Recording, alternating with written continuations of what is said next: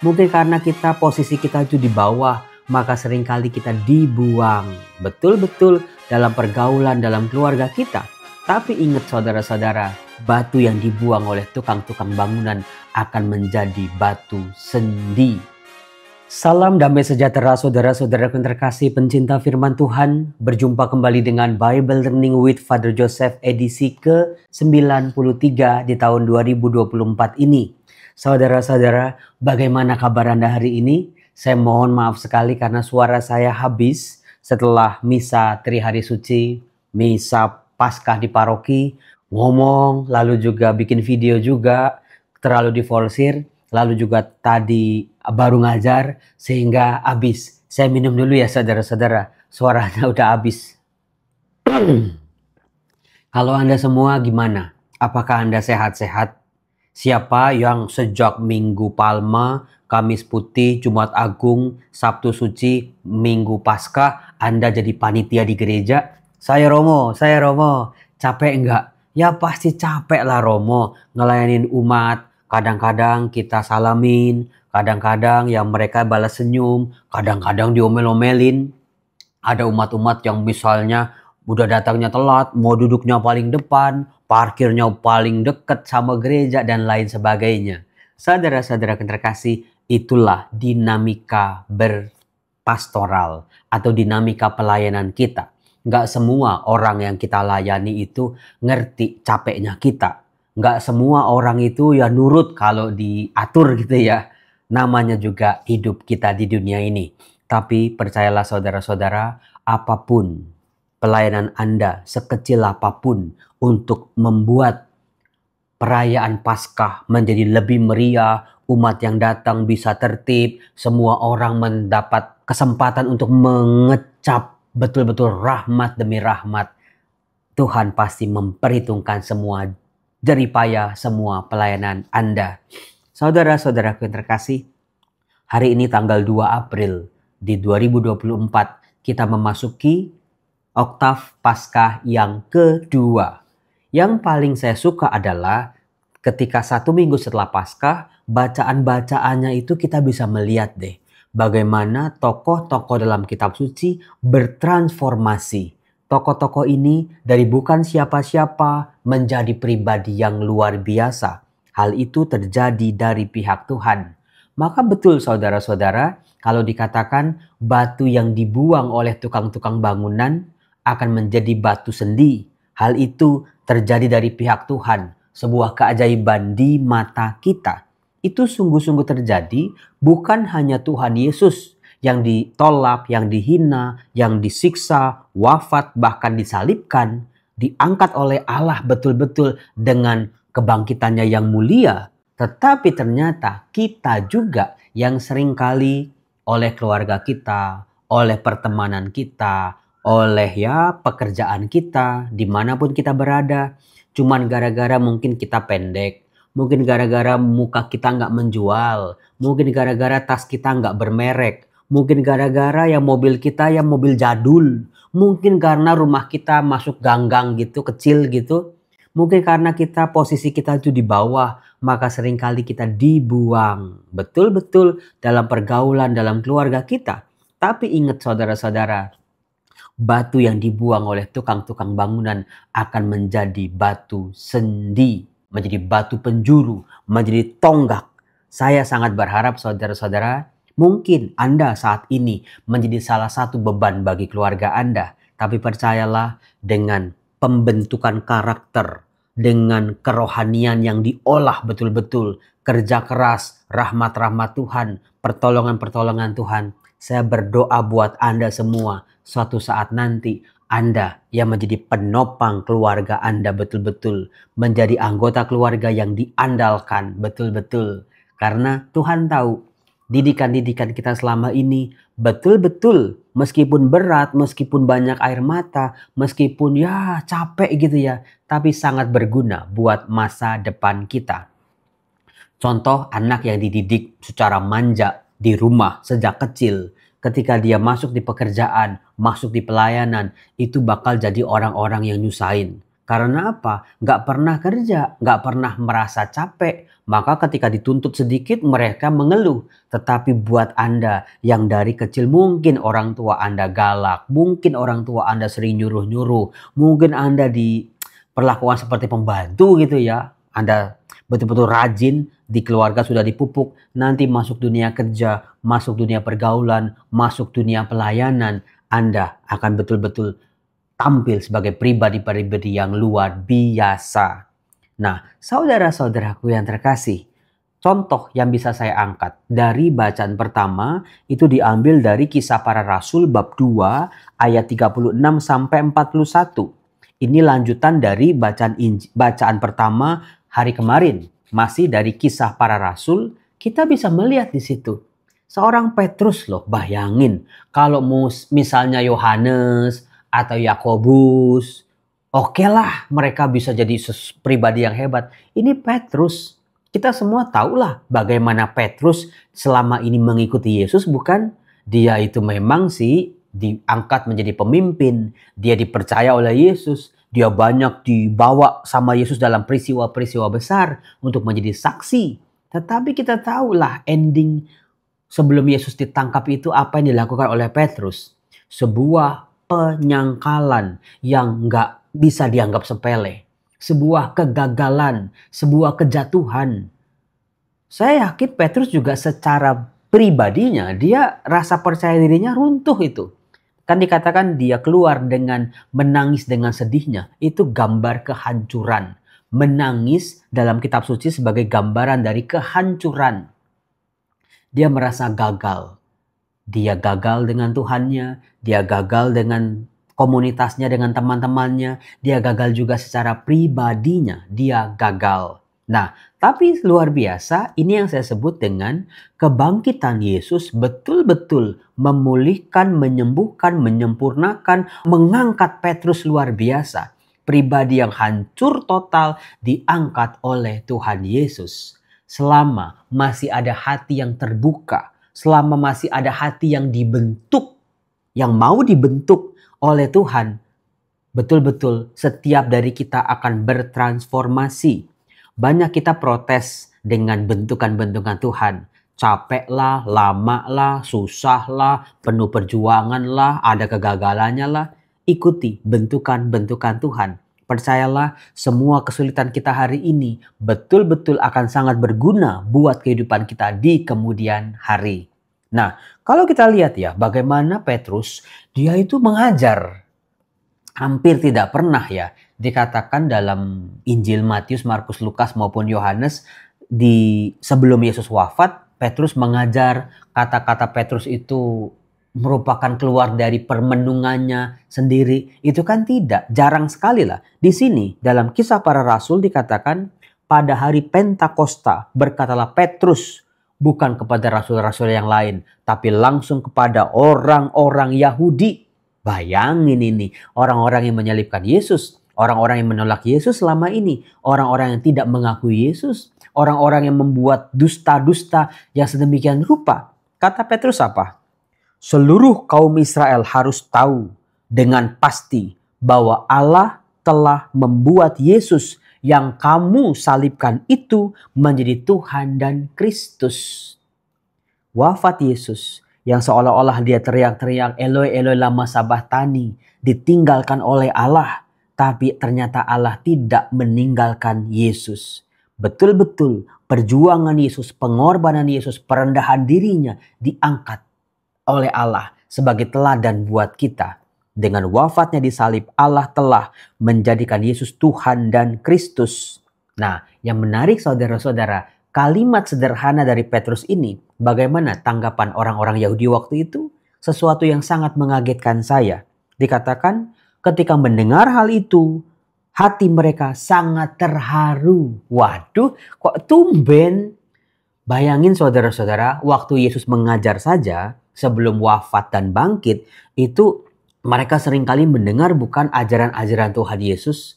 Tidak banyak dieksplisitkan bahwa para pendengar Yesus itu sangat terharu. Di sini seorang Petrus yang sudah diubah oleh Tuhan Yesus. Kata-katanya yang sederhana itu tapi sangat mendalam sampai-sampai membuat orang-orang Yahudi yang mendengar kata-kata Petrus sangat terharu. Artinya tersentuh, artinya mengiyakan, artinya sadar pada akhirnya. Lalu mereka bertanya kepada Petrus dan rasul-rasul yang lain, "Apa yang harus kami perbuat, saudara-saudara?" Luar biasa bukan? Para rasul ini disebut sebagai saudara dengan ungkapan saudara dari orang-orang Yahudi ini. Kemudian juga ada sebuah respon, tanggapan. Lalu apa yang harus kami perbuat? Itu saudara-saudara ya. Pada akhirnya orang-orang Yahudi pada waktu itu dalam gereja perdana, mereka akhirnya mengerti. Mereka akhirnya sadar. Mereka akhirnya membuka diri untuk mengakui Yesus Kristus adalah Tuhan dan Kristus, Sang Mesias.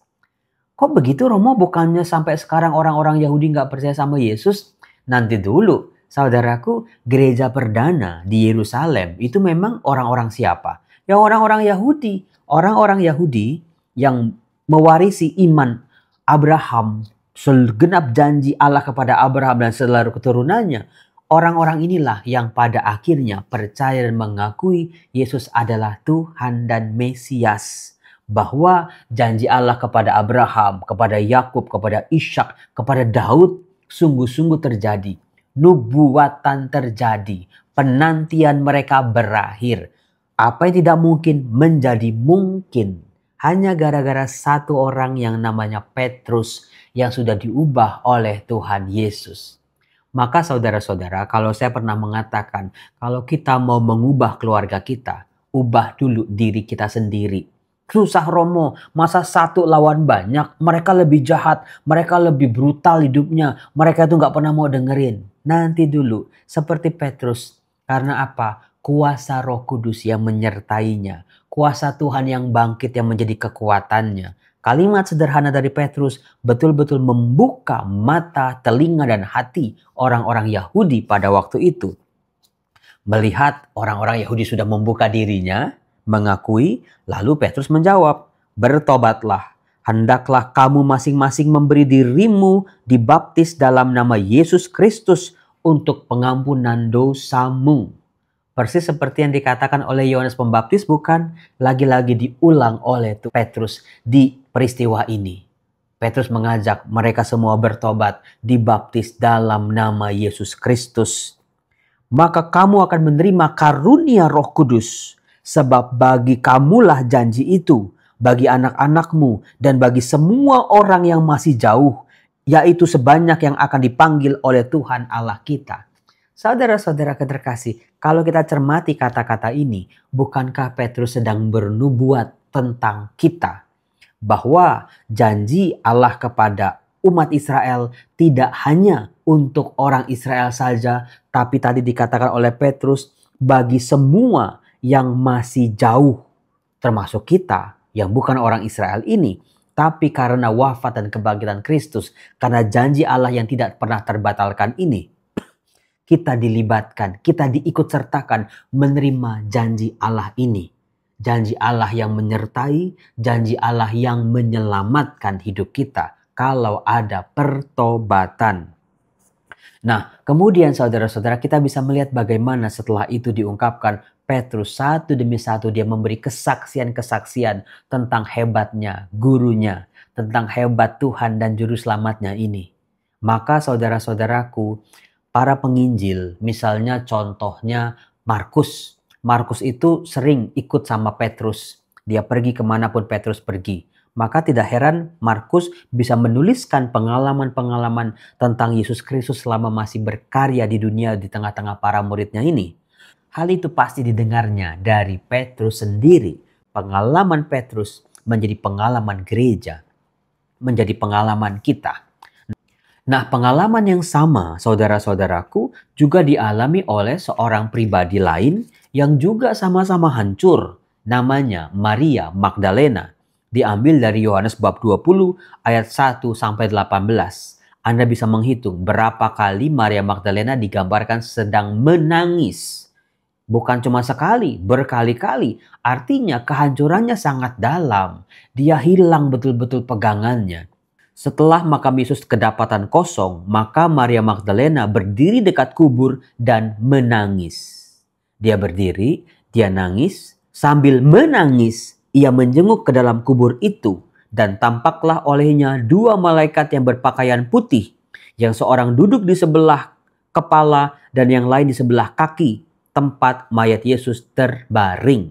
Dikatakan, malaikat-malaikat itu berkata kepada Maria Magdalena, "Ibu, mengapa engkau menangis?" Coba bayangin udah berapa kali nih. Jawab Maria, "Tuanku telah diambil orang dan aku tidak tahu di mana ia diletakkan." Tuhan jauh, Tuhan tidak ditemukan dalam doa-doa kita. Tuhan tidak bisa dirasakan dalam ibadah, dalam ketika membaca kitab suci, ketika perayaan Ekaristi. Pernah nggak Anda ada di posisi seperti Maria Magdalena ini? Nangisnya udah nggak keluar lagi air mata. Nangisnya udah lagi nggak bersuara lagi. Nangis kepiluan dari dalam karena hancur, gagal total. Maria Magdalena yang sudah mengikuti Yesus dari Galilea, betul-betul mengikuti, mendengar, dia menjadi murid Yesus yang luar biasa. Melayani Yesus dengan para muridnya. Mengikuti Yesus di jalan salibnya. Bahkan menjadi pribadi yang pagi-pagi buta datang ke makam Yesus. Maria Magdalena menjadi murid pertama yang menjadi saksi akan kebangkitan Tuhan. Apa yang dia anggap selama ini gagal, sia-sia aku ngikutin Yesus, sia-sia aku percaya, sia-sia kenapa kok Tuhanku akhirnya meninggalkan aku. Tetapi dijawab betul-betul dengan peristiwa kebangkitan ini. Sesudah berkata demikian, Maria Magdalena menoleh ke belakang, melihat Yesus berdiri di situ. Tapi aneh bin ajaib, dia tidak tahu bahwa itu adalah Yesus. Hal ini mau mengatakan secara implisit, saudara-saudaraku, ada sebuah perbedaan antara Tuhan Yesus sebelum ia wafat dan bangkit dengan Tuhan Yesus yang sudah bangkit mulia. Pribadinya sama, tetapi wujudnya berbeda. Inilah yang membuat Maria Magdalena tidak bisa mengenal Yesus ketika ada di dekatnya. Kemudian kata Yesus, "Ibu, mengapa engkau menangis?" Lihat betapa hancurnya Maria Magdalena sebetulnya diungkapkan dengan kata menangis ini. Kalau Petrus dikatakan dia menangis setelah menyangkal Yesus, itu aja hancurnya udah sangat luar biasa. Di sini Maria bertubi-tubi. Siapa yang kau cari? Maria menyangka orang itu adalah penunggu taman. Bayangin saudara-saudara, sampai Tuhan Yesus yang hadir aja nggak dikenali, bahkan sampai-sampai dikenali sebagai penunggu taman. Itulah kalau mata kita gelap. Itulah kalau masalah mata kita itu, hidup kita ditutupi oleh masalah, air mata, kesedihan, kepahitan. Gak bisa mengenali Tuhan lebih dalam lagi karena ditutup oleh penderitaan, kesedihan, masalah, dan problem-problem. Maka Maria Magdalena berkata, "Tuan, jikalau Tuan yang mengambil dia, katakanlah kepadaku di mana Tuan meletakkan dia, supaya aku dapat mengambilnya." Saudara-saudara, bukan cuma menuduh Yesus sebagai tukang taman, tetapi menuduh tukang taman ini mengambil jenazah Yesus. Sebuah kepedihan, termasuk sebuah kesaksian gereja sejak awal mula yang keluar dari mulut Maria Magdalena. Bahwa Yesus sungguh bangkit, tidak diculik, tidak diambil diam-diam oleh para muridnya. Nah, kemudian Yesus berkata, "Maria." Begitu namanya disebut, Maria berpaling dan berkata kepada Yesus dalam bahasa Ibrani, "Rabuni."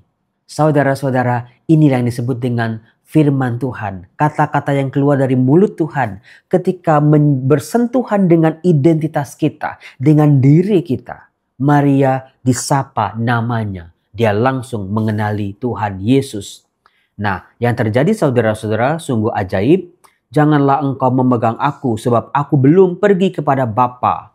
Tetapi pergilah kepada saudara-saudaraku, katakanlah kepada mereka bahwa sekarang aku akan pergi kepada Bapakku dan Bapamu, dan Allahku dan Allahmu." Maria Magdalena tanpa berbicara lagi langsung berkata kepada para muridnya apa? "Aku telah melihat Tuhan." Saudara-saudara terkasih, melihat Tuhan yang bangkit, mengalami Tuhan yang bangkit, mengubah hidup Maria Magdalena, mengubah kegagalannya, mengubah kepedihannya, menjadi saksi pertama kebangkitan. Iman yang tegar, iman yang kokoh, menjadi saksi akan kebangkitan. Hidupnya dipulihkan, hidupnya bertransformasi karena dia melihat Tuhan yang bangkit. Dia mengalami peristiwa kebangkitan itu. Maka dari itu saudara-saudara, Paskah jangan sampai menjadi peristiwa yang berulang-ulang, yang ya udah lewat begitu aja. Alami betul-betul sungguh-sungguh. Lihatlah kehadiran Tuhan dengan iman, dengan mata iman kita. Rasakan kehadirannya dengan hati, dengan kedalaman kita. Bagaimana pertolongan-pertolongannya, pernyataan-pernyataan Tuhan atas kehidupan kita. Bisa jadi seperti Maria Magdalena mengira Yesus seperti tukang taman, berarti Yesus yang hadir dalam hidup kita saat ini bisa muncul dalam berbagai macam ungkapan-ungkapan. Bisa orang tua kita, bisa anak-anak kita, bisa pasangan hidup, bisa rekan kerja, bisa teman, bisa sahabat, bisa orang-orang di pinggir jalan yang belum pernah kita kenal. Tuhan Yesus hadir, ada di tengah-tengah kita. Gunakan kacamata iman kita untuk melihat kehadirannya. Di situ hidup kita akan sungguh berubah. Semoga Tuhan Yesus selalu hadir dalam hidup kita. Tuhan Yesus memberkati kita semua dalam nama Bapa dan Putra dan Roh Kudus. Amin. Berikut ini nama-nama orang yang memperoleh kesempatan untuk mengklaim hadiah. Ada 2 hadiah. Mereka adalah ini. Silakan klaim di Instagram saya, di postingan terakhir saya nanti. Sebutkan diri Anda, nanti saya. Orang pertama yang mengklaim akan mendapat hadiah. 2 hadiah dari saya. Bye-bye.